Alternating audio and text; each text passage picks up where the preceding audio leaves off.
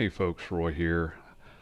I did a fairly quick test with my Ricoh GR3, testing the slow shutter speed performance of firmware version 170, which was the first one released this year that had the negative film, and then the most recent one, 171, that improved shake reduction. And it also, I think the second bullet on the website said something general performance improvements.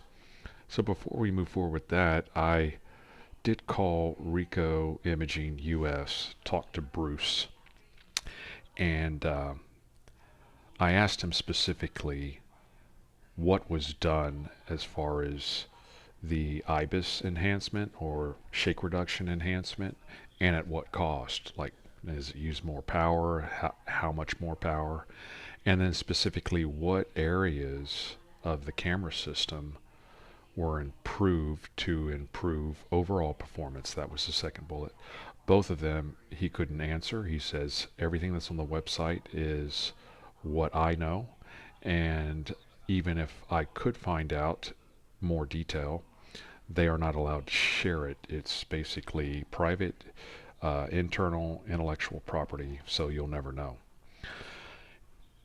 Then I went on to find a few videos, recent videos posted about the new firmware, and it's just kind of general. One particular chap uh, mentioned he was so eager to update to the new firmware, he kind of forgot that maybe he should have did a test before and after. Others just say, yes, I can definitely tell an improvement of one stop, and it's like, okay, great. Well, what I did is I took 3 photos handheld of this image that you see here. This row is half a second. Uh, First row is half a second. Second row is 1 second. Third row is 2 seconds. And the fourth row is 2.5. Um, there wasn't a 1.5 second. It was kind of an interesting progression in shutter speed. I did all of these in full manual, auto ISO, f4.5, and I focused the center focus point, single drive. I also did evaluative metering, not the center weighted and not the highlighted. It's the first one in the list, kind of an overall white balance, or not white balance, but metering for exposure. And I focused right here at the corner of that record player.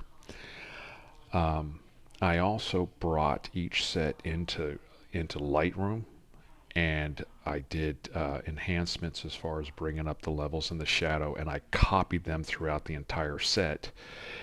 In both the 1.70 set, kept the same enhancement settings to the 1.71. So here's the 170, and I've actually got um, a link there that's, I think, is shared to the public. I'll put that in the video description, and then the 1.7 album link here too. So I've got the 1.7 and the 171. Again, handheld, 3 pictures each, and I did the best to steady as I could, holding my elbows into my body and exhaling whenever I depress the shutter button, and keeping the camera steady long after clicking the shutter button, because as you can imagine, 2 seconds, it's still capturing, the shutter's still open. So take a look here. Here is the 170 firmware. 170, it's half a second. It's the first of 3 JPEGs, full resolution export JPEG from RAW. Again, like I said, edited in Lightroom. And again, this is 1 second handheld, and again, I focused right around here. I'm going to do 1 click to zoom, and you can see right through here. You can't even, this is a Cranberry CD actually, you can't even really see that. Now I'm going to go over to the 171. It is half a second, and it's the first of 3 images on the 171, half a second. Again, let's go back to this one. You know what? Yeah, that's half a second. Half a second. I may have misspoke. So it's the first row in the album.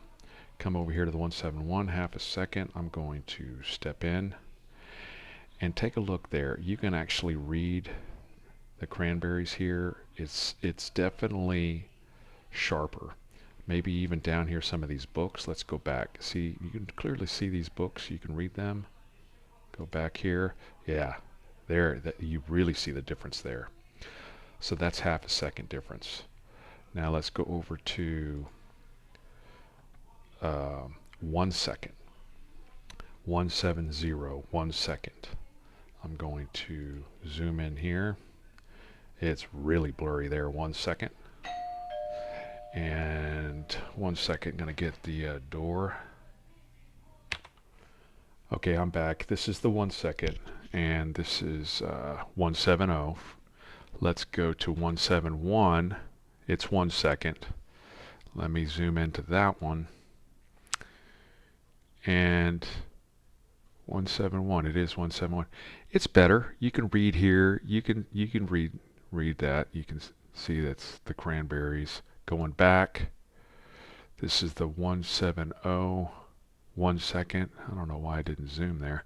Yeah, see that's pretty blurry. It's pretty blurry there. 170 and then 171.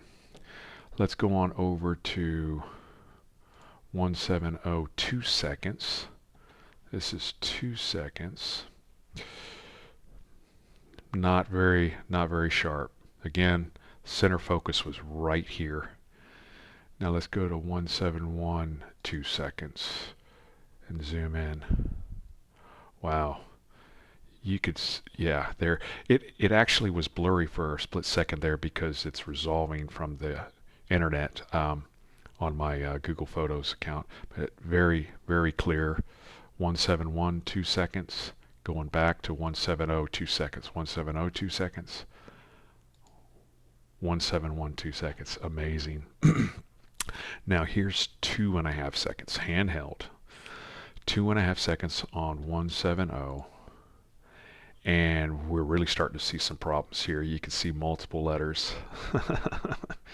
It's lots of camera movement here. And then 171, again, 2.5 seconds here. This is the actual exif here. And then coming over here to 171, 2.5, is it? Yeah, 2.5 seconds. Come into here. It's not usable either, but take a look down here at these books and then come back to 170, 171. So it's definitely an improvement. I'll share the links to the album so you can take a look at yourself. It's great. I just like to know specifically what was done and at what cost, because nothing's free. There's always trade-offs in engineering. It's just not free. You know, if it's a 5% increase in battery consumption, that's well worth it, right? I mean, what if it was a 50% increase in battery reduction? You know, for some it might be worth it if they shoot low light exclusively, but for others, say on the other extreme, someone shoots product photography on a tripod, they may not even want to update to the new firmware. But anyway, I'm pretty impressed with the update of the firmware. Hope that was helpful.